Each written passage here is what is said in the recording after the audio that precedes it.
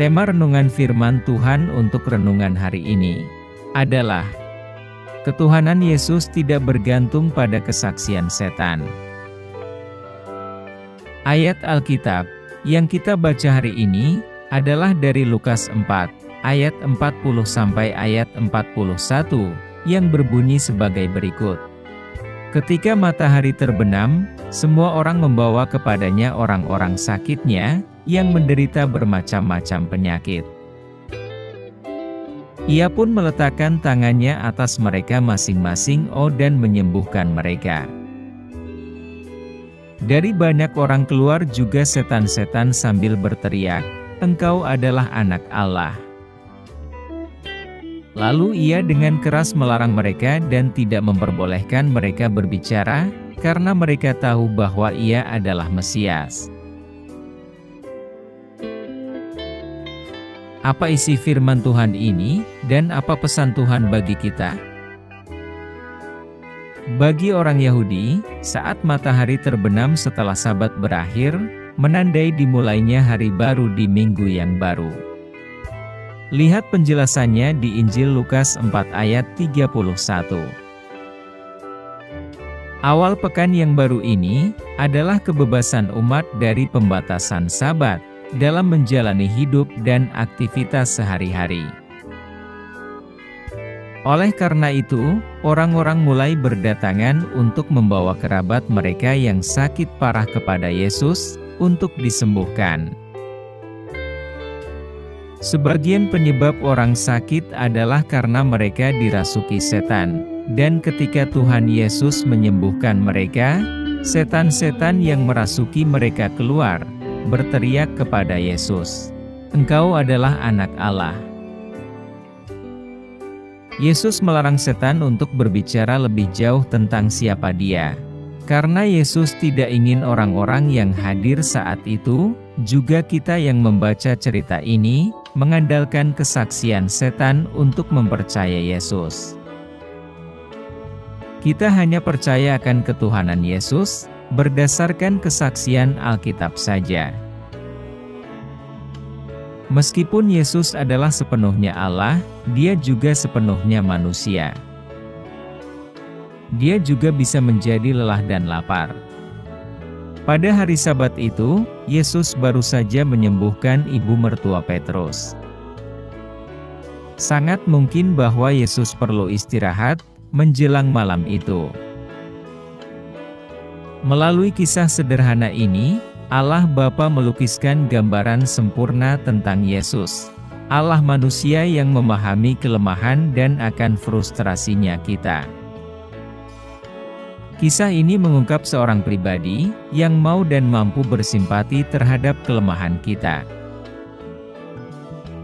Meskipun Yesus adalah firman dan pencipta kita yang kekal, Dia datang untuk hidup di antara ciptaannya, sebagai manusia yang juga dicobai sama seperti kita, hanya saja Dia tidak berdosa.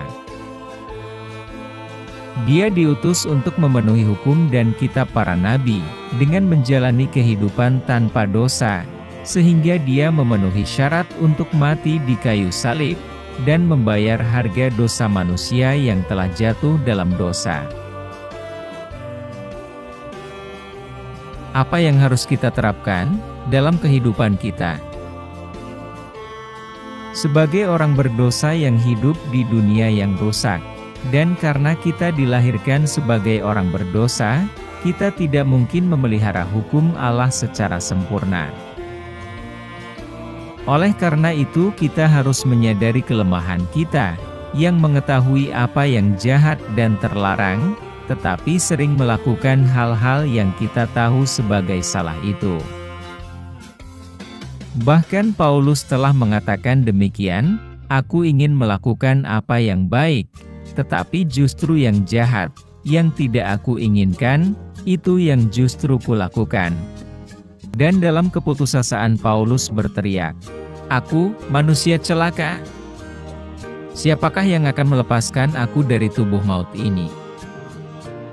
Syukur kepada Allah, aku dibebaskan oleh Yesus Kristus, Tuhan kita. Sebagai orang yang telah melanggar hukum Tuhan, bagian kita adalah kematian kekal. Tidak ada yang bisa kita lakukan, kecuali berpaling kepada Yesus, yang menciptakan kita, untuk membalikkan kutuk menjadi berkat dan menyembuhkan penyakit kita.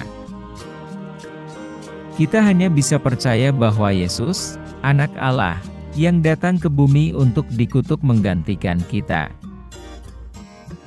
Dia datang untuk memenuhi persyaratan hukum yang benar atas nama kita, karena tidak mungkin bagi kita orang berdosa, untuk memelihara hukum Allah yang sempurna. Sebagai pelayan Tuhan, sebelum kita melakukan pelayanan kita, apakah mengajar di kelas sekolah minggu, atau berkhotbah kepada kaum awam, dan lainnya, kita harus mempersiapkan diri kita dengan baik, dengan waktu, energi, dan perhatian yang sama, atau bahkan lebih besar, daripada yang kita pakai untuk mempersiapkan pekerjaan kita, di dunia sekuler kita. Pertama, kita harus mencari kerajaan Allah dan kebenarannya. Setiap kita juga harus mempersembahkan tubuh kita sebagai persembahan yang hidup kepada Tuhan, dengan menyangkal diri, memikul salib, dan mengikuti Yesus. Selanjutnya, kita menghampiri Allah Bapa dalam doa, mengakui dosa, baik yang sengaja maupun tidak sengaja, kita lakukan. Setelah dosa-dosa kita dengan iman diselesaikan oleh Tuhan, kita mempersiapkan diri untuk membaca firman Tuhan. Ini adalah komunikasi dua arah, kita menyampaikan keluhan kita dalam doa kepada Allah, dan Allah menyampaikan maksud dan kehendaknya melalui firman-Nya, yang kita baca dari Alkitab. Kita juga harus berempati dan berkomunikasi dengan mereka yang dikucilkan, yang kesepian, berduka, dan mereka yang disisihkan oleh masyarakat. Komunikasi ini untuk meruntuhkan penghalang yang ada, dan menunjukkan bahwa kita peduli pada orang yang membutuhkan sentuhan penuh kasih ini. Kita harus menyebarkan kabar baik bahwa Yesus juga peduli pada mereka, dan Yesus membiarkan dirinya disalibkan demi mereka juga. Kita harus peka terhadap bisikan Roh Kudus. Kita harus mengindahkan bimbingannya dalam hidup kita, dan mengikuti petunjuknya ketika Dia mengungkapkan kepada kita apa yang harus kita lakukan melalui firman Tuhan dan ketika Dia mendorong kita. Kita perlu mengingat bahwa kita hanyalah saluran bagi kuasa Tuhan untuk memanifestasikan dirinya. Bukan kita yang menyembuhkan orang. Tuhanlah yang menyembuhkan orang melalui kita.